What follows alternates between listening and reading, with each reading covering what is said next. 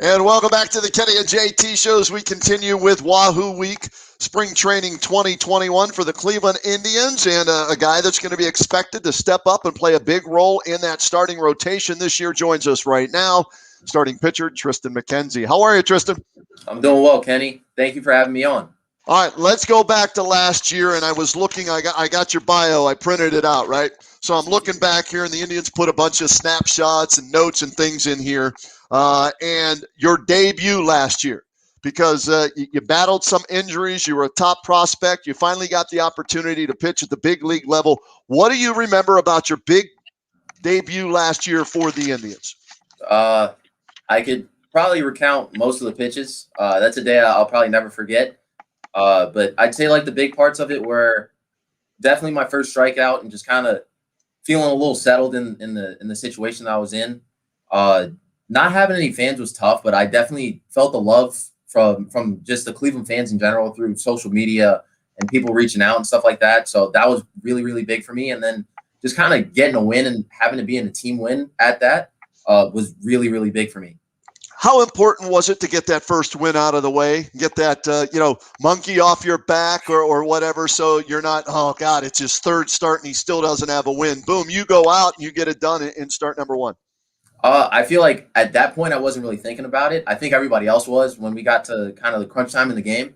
But baseball is baseball, whether you're at the little league level or at the big league level. And if I weren't to get the win that day, I definitely would have came out and competed just like it the next start out. All right, so you make 6 starts last year. You pitch in 8 games in that crazy shortened season in that.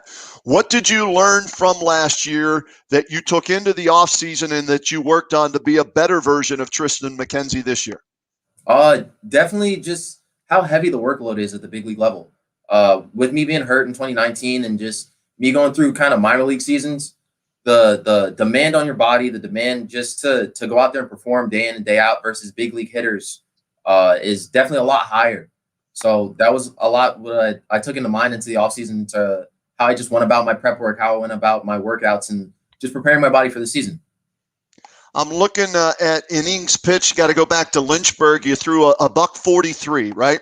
Are the Indians going to be careful with you? Is there a innings limit that they're going to look at this year, or is it going to be a play it by game situation? I don't want them to have any fear that I'm going to go out there and break down. I definitely know that they think I work hard, and I definitely do work hard. So hopefully you can go out there and throw right along with all the other guys. And what's it like to be in that rotation? I mean, I was talking with some of the other guys about it. It used to be Kluber, Bauer, Clev, Carrasco, right? Well, they're all gone. And now you've got a Cy Young winner that's at the top of the rotation, right? In Shane Bieber. Plesac was ridiculous last year with a 228 Ernie. Your earned run average 324. What's it like being in that new rotation of the Indians that they're hoping will carry this team to the playoffs? Definitely a lot to learn on my part. Those guys are all young, but you can see the experience they have, just how they carry themselves and how they go about their business out on the mound. And I'm just excited to be around those guys and hopefully just pitch behind them. What can you learn from a Bieber who, like you said, is still young, but dude was unhittable last year and unanimous Cy Young Award winner and won the Triple Crown for pitchers in the American League. So what can you take from him, either A, when you watch him during games, or B, now in spring training? I feel like there's a lot of little things that go on behind the scenes that people don't see. He works crazy hard, whether it be in the weight room, how he just takes care of his body. And then when you watch his bullpens or when you watch him actually throw, he's very deliberate about how he goes about his work. And it's just definitely something that I take into account with how I go about my work. Tristan Mckenzie is our guest here on the Kenny and JT show via the Wake 'em Way hotline. And we're excited to see him for the 2021 season. How excited are you? We just found out that 30% of capacity, at least, to start the season in April, at least 10,000 fans can be in the stands for games based on what you went through last year, your first big league season. How excited are you that there are going to be people cheering for you actually in the stands this year? I'm extremely excited. I was a little nervous last year, even when there was no fans in there. I'm sure I'll get a little bit of those nerves back once they're in the stadium, but definitely having the energy of the fans, even when they weren't inside the stadium, there was a ton of energy from them just cheering on the team. So I'm excited to have them in the stadium actually to kind of cheer us on in those tight spots in the game. All right, for people maybe that missed some of your starts last year but are looking forward to seeing you pitch this year, I'm asking this of all the pitchers that we talked to. If you were sitting in the stands writing down a scouting report on Tristan Mckenzie, what would that scouting report say?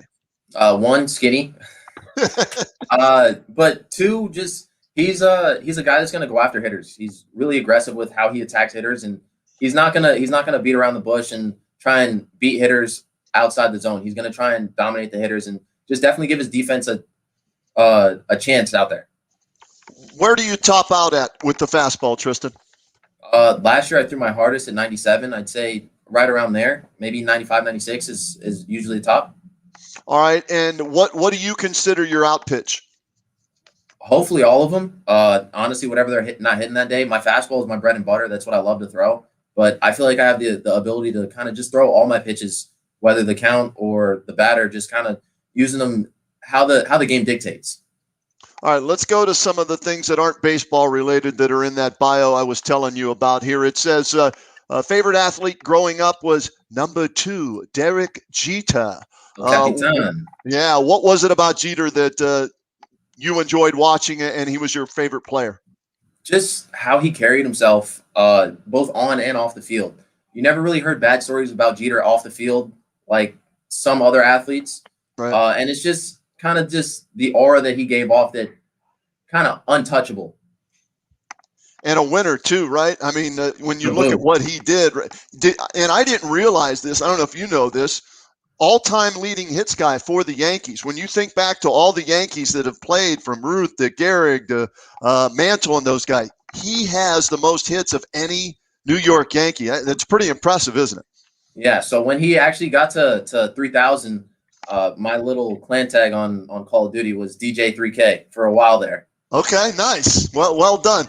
Lakers are your favorite basketball team, so you had to enjoy LeBron bringing home the title to LA last year, I'm guessing, right? Who doesn't enjoy watching LeBron play, though, right? You're 17, you're 18 now, but he's still going strong, and definitely love to watch him play day in and day out. Okay, your two favorite guys, Jeter played a long time. LeBron's playing a long time.